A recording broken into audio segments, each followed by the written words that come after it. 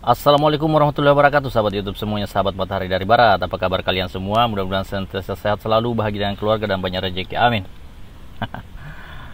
Mahfud MD kembali blunder ya. Kali ini Irma Huta Barat membongkar kebohongan Mahfud MD. Wah. Ini sangat terlihat jelas ya. Mahfud MD ini semakin kualat kepada ulama besar ya, Syekh Panji Gumilang yang dibongkar, diobok-obok rekeningnya oleh Mahfud MD. Mungkin ini karma ya.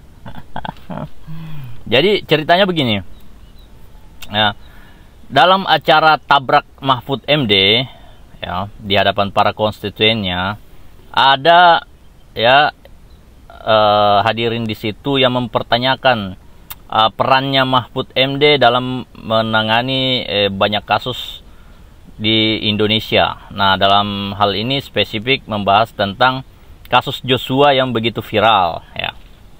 Nah, saat itu Mahfud MD langsung ya, karena katanya kasus ini sangat penting dan viral, maka beliau berdiri ketika menjelaskan bagaimana kronologis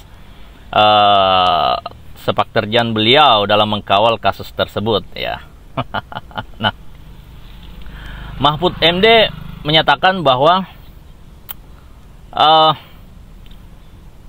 Irma Huta Barat dan pengacaranya Joshua Komarudin Simanjuntak berserta keluarga datang menemui Mahfud MD sambil menangis-nangis ya. Katanya begitu, bahwa mereka tidak yakin bahwa motif meninggalnya Joshua ini karena seperti yang diberitakan oleh media ya. Nah, dari situlah katanya Mahfud MD ini berperan aktif ya, membongkar motif sebenarnya ya, membongkar kronologi sebenarnya kasus tersebut. Nah, tetapi ini dibantah oleh Irma Huta Barat. Irma mengatakan bahwa kami tidak ada bersama datang keluarga Joshua, dan tidak ada juga acara nangis-nangis begitu ya. Jadi kan Mahfud MD ini sepertinya mendramatisir ya kan perannya dalam kasus Joshua ya. Padahal kita ketahui bersama bahwa yang paling berperan dalam kasus tersebut adalah media dan Komarudin Simanjuntak. Seandainya bukan karena Komarudin Simanjuntak dan media ya yang terus mengkawal ya kan, wah mungkin kasusnya akan seperti skenario yang diberitakan di TV-TV sebelumnya, karena skenario ini sudah dibuat dengan rapih. Dan kita lihat betul ya bahwa sebelumnya Pak Mahfud MD ini juga seakan-akan memframing dari motif pembunuhan Joshua tersebut. Ya, dimana dia mengatakan bahwa motifnya adalah motif konten dewasa ya, menjijikkan katanya begitu. Menjijikkan. Jadi statement saya masih ingat sekali statement Pak Mahfud MD seperti ini ya, konten dewasa yang menjijikkan katanya begitu ya. Jadi blunder lah ya kan, berbagai macam penafsiran ya, pendapat di masyarakat, ada cinta segitiga lah, ada homoseksual lah ya kan, ada perselingkuhan lah, segala macam, dan pikiran orang tergiring ke situ. Seolah-olah Joshua ini selingkuh dengan istrinya Ferdy Sambo, sehingga ketahuan sama Ferdy Sambo, akhirnya terjadilah baku tembak menembak begitu antara Joshua dan siapa itu yang tersangkanya itu. Nah kan seperti itu. Jadi jelas sekali ya bahwa sebenarnya Pak Mahfud MD itu ikut larut dalam skenarionya, skenario yang sudah dibuat dalam kasus Joshua itu ya kan. Nah, skenario yang sudah dibuat oleh Ferdy Sambo dengan mengatakan bahwa ini motifnya adalah menjijikkan gitu, konten dewasa menjijikkan seperti itu ya. Padahal kasus motif yang disodorkan oleh Ferdy Sambo, yang diskenerkan Ferdy Sambo itu setelah diselidiki secara detail dan pengakuannya Richard ya kan, di SP3 kan lah motifnya itu yang di Duren 3 itu ya, yang katanya kasus apa, pelecehan seksual. Nah, dan kita lihat Mahfud MD tidak ada meminta maaf dengan statementnya tersebut, bahwa ya, saya juga maaf, saya memframing ke arah motif menjijikkan begitu ya. Konten dewasa menjijikkan itu. Tidak ada itu permintaan maaf dari Mahfud MD.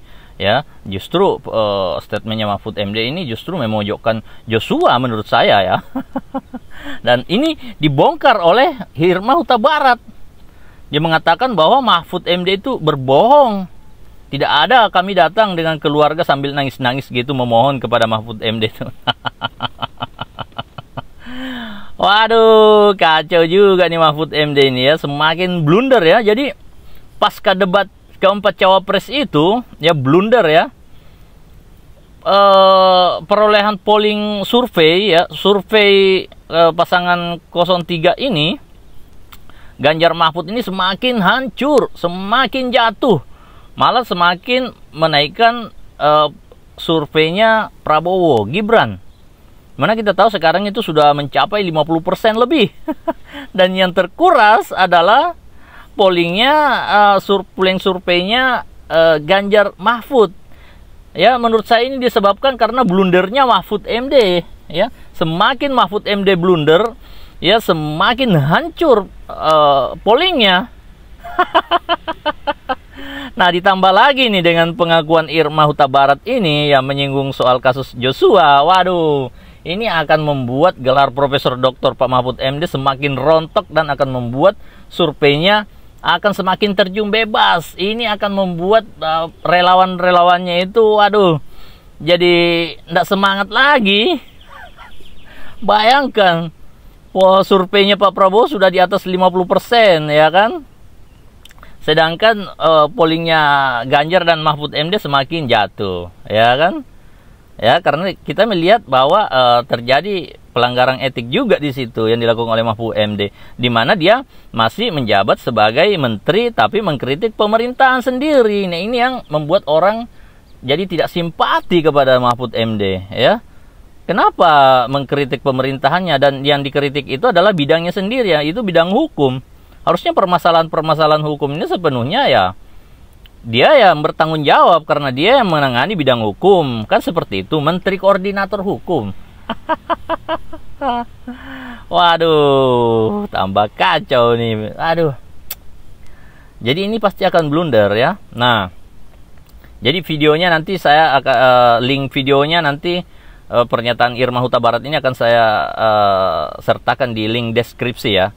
Kalian bisa tonton sendiri ya. Judulnya itu mengungkap kebohongan Mahfud MD. Ya, tapi ya menurut saya mungkin ini juga karena Mahfud MD kualat ya, terkena karma. Kenapa? Karena beliau telah membongkar, mengobrak-abrik rekeningnya Syekh Panji Gumilang, di mana beliau ini, Syekh Panji Gumilang ini adalah betul-betul adalah seorang nasionalis sejati, ya, membangun tanpa utang, ya, membangun prestasi, ya kan, membangun pertanian, membangun kelautan, membangun pendidikan, segala macam, tapi malah dia yang diobok-obok. Harusnya beliau ini yang dipromosikan atau digembar-gemborkan untuk menjadi seorang presiden, tapi malah dipersekusi oleh orang-orang, ya. Ya, begitulah. Mudah-mudahan Pak Mahfud MD segera insaf ya, meminta maaf kepada Syekh Panji Gumilang. Kenapa? Karena blunder juga ini ya, dimana Pak Mahfud MD mengatakan bahwa tambang ilegal itu di backing oleh aparat. Ya, kenapa nggak diungkap aparatnya siapa? Kenapa beraninya mengobrak-abrik rekeningnya Syekh Panji Gumilang, mengumumkan ke publik, sedangkan aparat yang membacking tambang-tambang ilegal itu yang sangat merugikan negara, bahkan bisa disebut sebagai pengkhianat negara, ya kan, malah dibiarkan, disembunyikan, ya. Kenapa nggak diungkap ke publik? Utak-atik aja tuh rekeningnya tuh aparat yang backing itu, ya kan, transaksinya dari mana saja, kan bisa koordinasi dengan PPATK. Aduh. Matahari dari Barat. Assalamualaikum warahmatullahi wabarakatuh.